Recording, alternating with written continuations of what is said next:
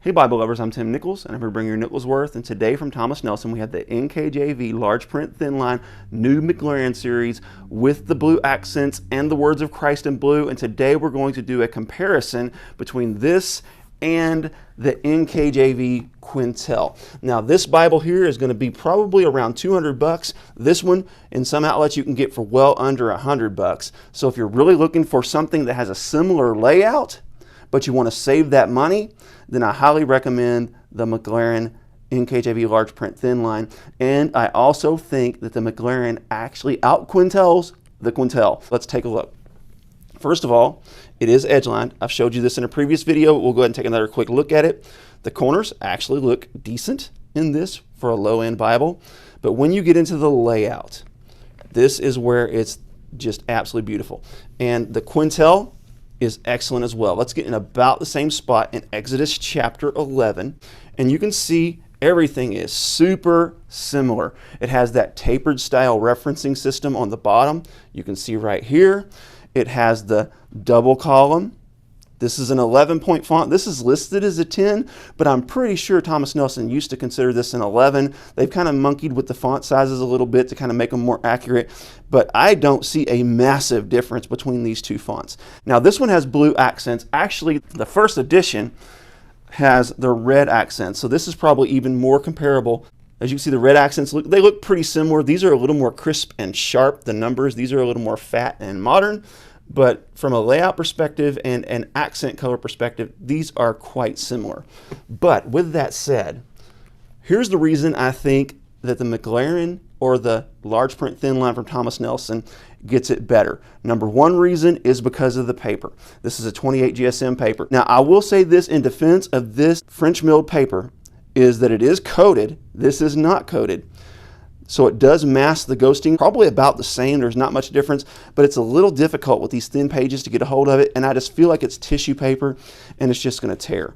When you get to this paper, it's nice and thick. You can get a hold of a page and just really easy to turn. The pages really flowy, really nice. This paper, in my opinion, is just simply better. Now there's a little more margin space here, but if you look in this one, the columns are just a little bit wider. So you're going to get some more words per line. This is going to give you probably about 8 words per line. This is probably going to give you about 6. Now, there is a little more margin space here in the gutter, so it's going to lay a little nicer, but this one, as it breaks in, you can see it's not all too different. So for a similar footprint size, because look at this, when you put them together, these are both standard Yet Bibles, so they're going to be about apples and apples. They're essentially the same size. Now, another reason that I think the thin line Maclaren gets it right is because of thickness. Check this out.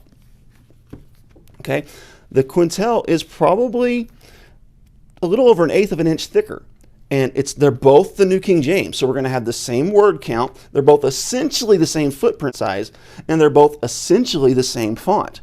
So when you take a look at it from that perspective, it's actually pretty remarkable what Thomas Nelson was able to do to keep this as a thin line. This isn't like a super pencil thin line. It's a little bit over 1 inch thick, but it still really qualifies as a super nice thin line that you hold in your hand. And as far as bells and whistles, this cowhide, this is not a premium leather. This is not a premium goat skin. But when you look at the two and compare them, I'm telling you, that is not a huge drop off. Now, liner, no comparison. This is a synthetic liner. Thomas Nelson does a Premier collection that has those super nice liners in them.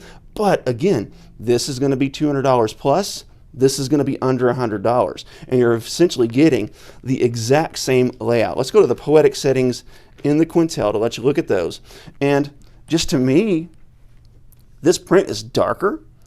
It's more bold. It looks essentially the same size.